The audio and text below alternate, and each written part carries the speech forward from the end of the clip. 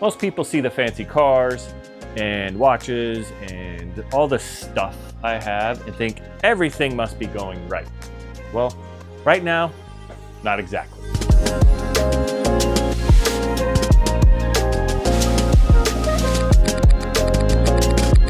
Right now, as we sit here, my Vantage is back in the wrap shop for the third time to get it finally fixed and dialed in to where I think it looks the quality it should for what it costs.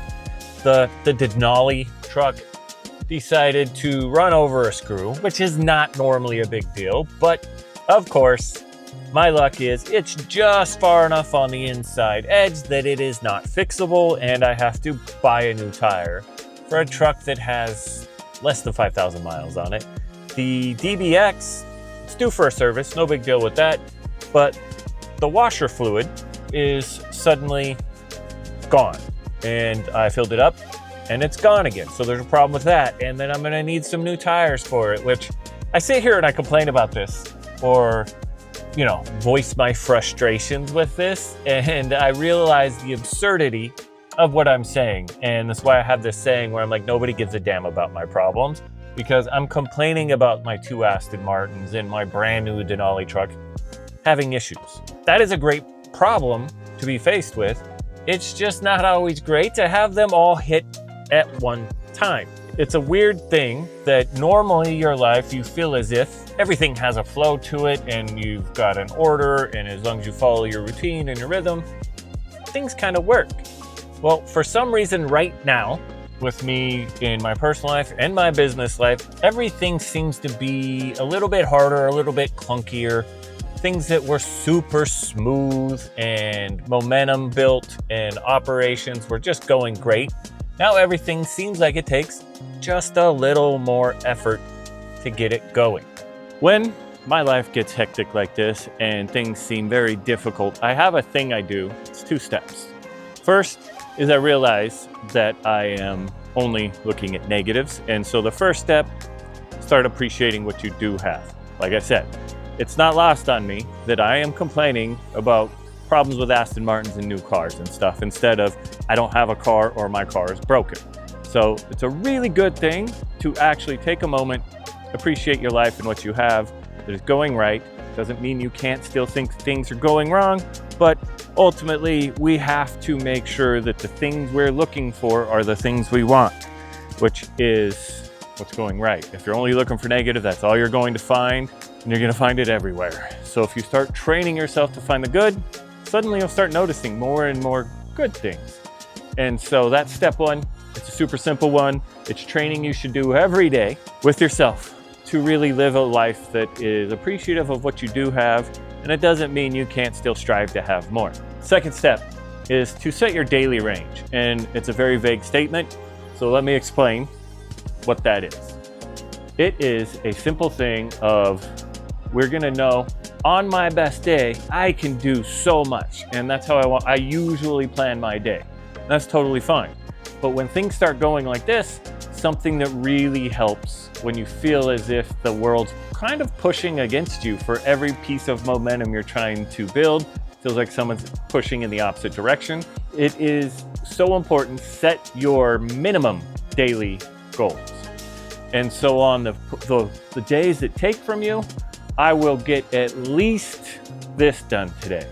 I'm nowhere going to be near what I want to do at my maximum, but I will accept no less than this. That is how, even though maybe you're not building more momentum, you could still keep the momentum you have. And really, that is something that has helped a lot of even my coaching clients when I give them this information, because we always think you have to be top operational skills at all times when you're a business owner, or even just at work, honestly, like expectations of everybody are so high. But with my clients, when I give them this and they start acting accordingly, they suddenly find, even on their rough days, even when you're sick, even when your kids need you, or a spouse needs you for something, or whatever, parents, anything, whenever you're not able to give it your all, if you have a minimum amount that you are willing to do and you achieve that, you'll suddenly notice that things keep moving even when you're not hitting 100% of your wanted daily output, because again, we all want to hit that magic. I am firing on all cylinders, go, go, go. Doesn't always happen that way. So consistently running through these steps, especially in moments like this with myself when things are a little harder, has led me to a place that I never would have expected I would be. I've lived in South Florida for the last 6 years or so, and it's been amazing. I love the weather for the most part. There's a few, rainstorms and hurricane warnings and stuff like that, but for the most part, the weather is absolutely unbeatable. And I love the beach being so close, even though I don't go that much, or the ocean. I love to go on drives up to A1A and just experience the wonderful things in the nature and the animals that are so everywhere here. But there's a real problem that I'm having with Florida, and it's the opportunities for work are not as readily available or opening up in the same way that I would have thought and expected when we first moved here.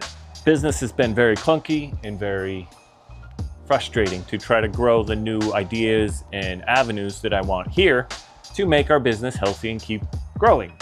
And so going through these steps about appreciation for what I have, mind usually through sarcasm and jokes, and there's always a little bit of truth in the jokes. And it slowly turned itself into conversations with my family, because they are the most important people to me in my priority list, that maybe Florida is not the best place for us right now. So we've decided we're going to go back to where we can maximize our strengths and our network, and that is California. Except I do not want to live in California. And it's nothing to do with the state itself. It's to do with all the other crap going on with the government and taxes and all that stuff. It just doesn't make sense to own a business in California. But that doesn't mean we can't still work in California. We do have a business there. We are registered there. So we've decided that we are going to move to Nevada because it's right next door. And that gives us the chance to utilize the connections and the opportunities that we have from being in that state, California, for 20 plus years.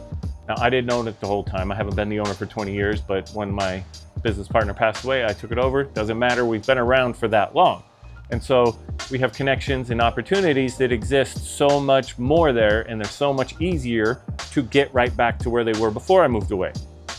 So where in Nevada do I want to move? I don't want to move to Las Vegas because it's still plane trips back and forth. So we decided Reno.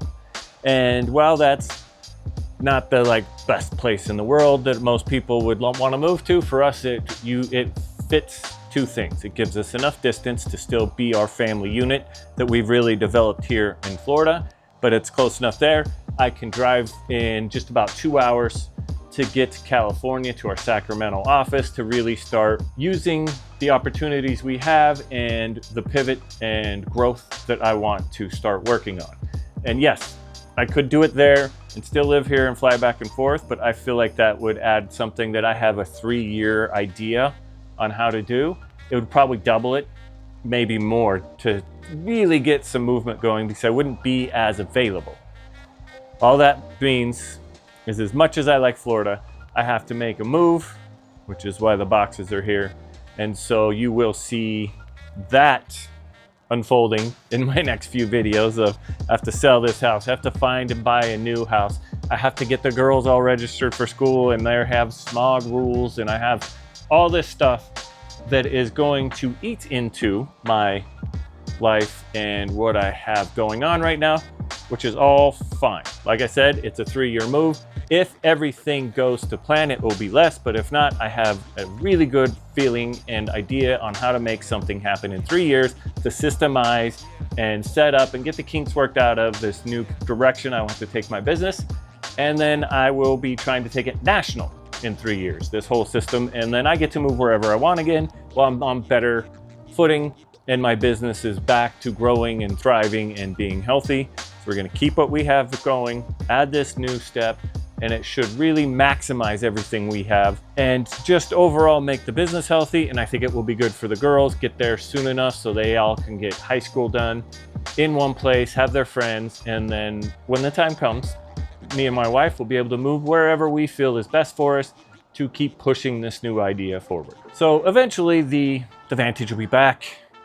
The windshield wiper fluid problem and new tires will be back, and my business will be back. And that's the main thing with this, is you have to realize this saying, and I don't know where it came from. I've heard it, I like it, I use it a lot, and it's the simple phrase, this too shall pass.